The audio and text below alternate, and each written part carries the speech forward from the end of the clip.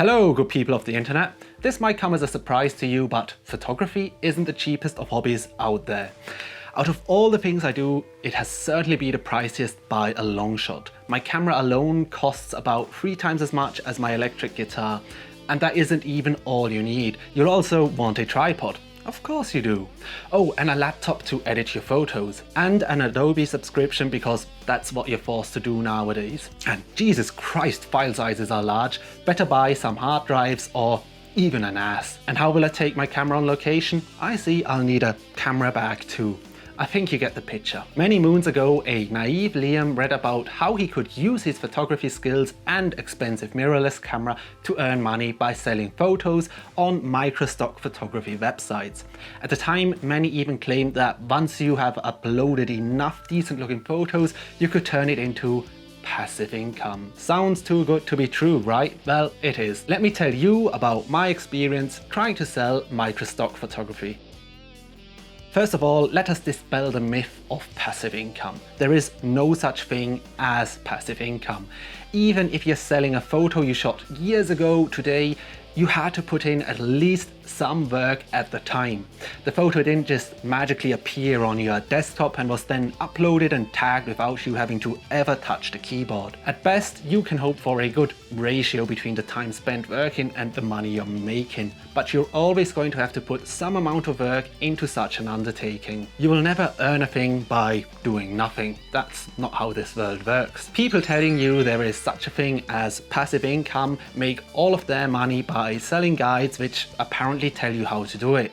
They don't actually do the things mentioned in their guides, at least that's my impression. Don't fall for it. It's the same with all of these gurus selling you guides on how to become an entrepreneur, yet the only thing they've ever done is sell those guides and courses to gullible and naive customers. And not even what they're doing is passive income. They still have to write or invent the guides and take care of a website and SEO and on and on. Every time someone in an ad tells you, you might think it's a scam and people will tell you not to do it, but you have to trust me, it's not a scam.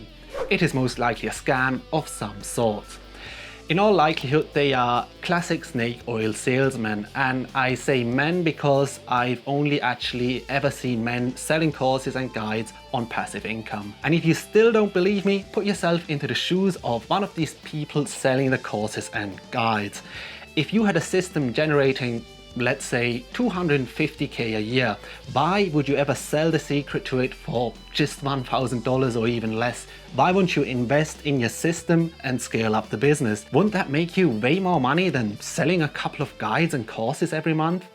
Just think about it. Let's put all other forms of passive income to one side and focus solely on microstock photography. Microstock photography is a type of stock photography which is very easy for the amateur photographer to get into. You might have heard of platforms such as Shutterstock, Adobe Stock, Deposit Photos or iStock Photo.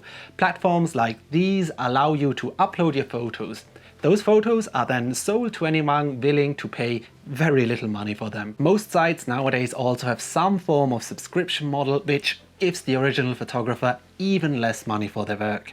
For example, Shutterstock will sell your images for anything between 25 cents and about $25 if you're lucky, but you'll mostly find you're making towards the lower end per sale. Microstock is purely a numbers game. The more photos you have uploaded to each platform, the more likely you are to make sales. And you'll need a ton of photos to reach anything worthwhile. And guess what you'll have to do to reach any respectable number of photos?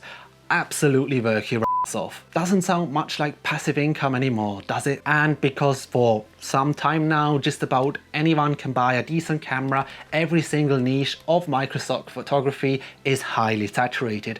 You've got next to no chances of making any impact. If you're thinking you can travel the world by selling the photos you take on your adventures, please think again. Were you to search for microstock photos of palm trees on one of the many platforms there are, they wouldn't show you the newest photos first.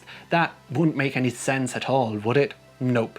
Instead, they'll show you the most popular photos, and those will probably have been on that platform for many years and downloaded many times. You don't change a winning team. While I can't deny that a few lucky photographers might have and still are making a living out of Microstock, they've been in it for a number of years. And building up your portfolio will require you to be able to live off your savings for quite some time, because it will take you some time to build up any sort of portfolio. You'll most likely also have to invest in equipment such as flashes and pay for shoots with models and buy props.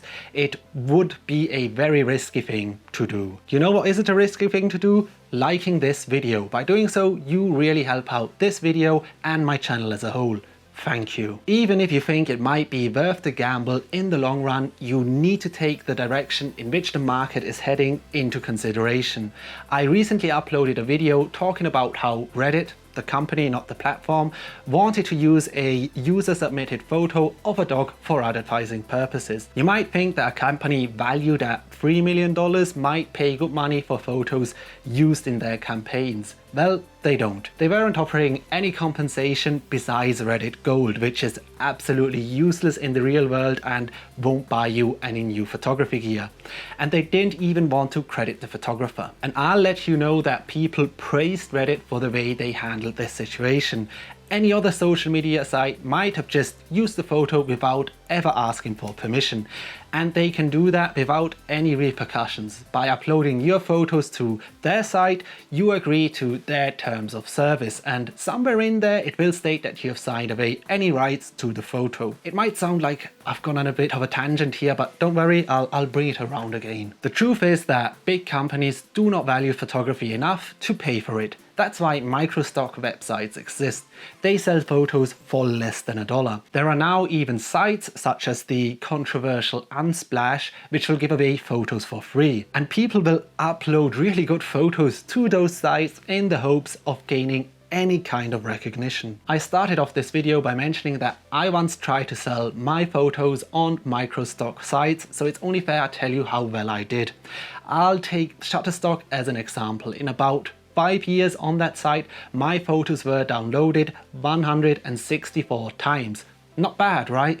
Well, I earned just over $50. That's right, my photos are, on average, valued at just about 50 cents. So what exactly is the point of this video? All I've done so far is complain about snake oil salesmen and Microstock sites.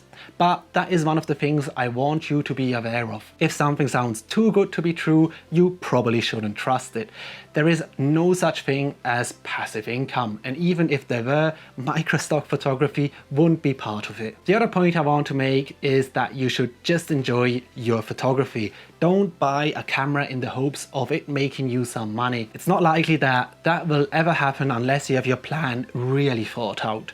Buy a camera because you enjoy photography for your own sake. You know what else probably isn't worth its time? Keeping this YouTube channel alive. But you can change that by subscribing to my channel.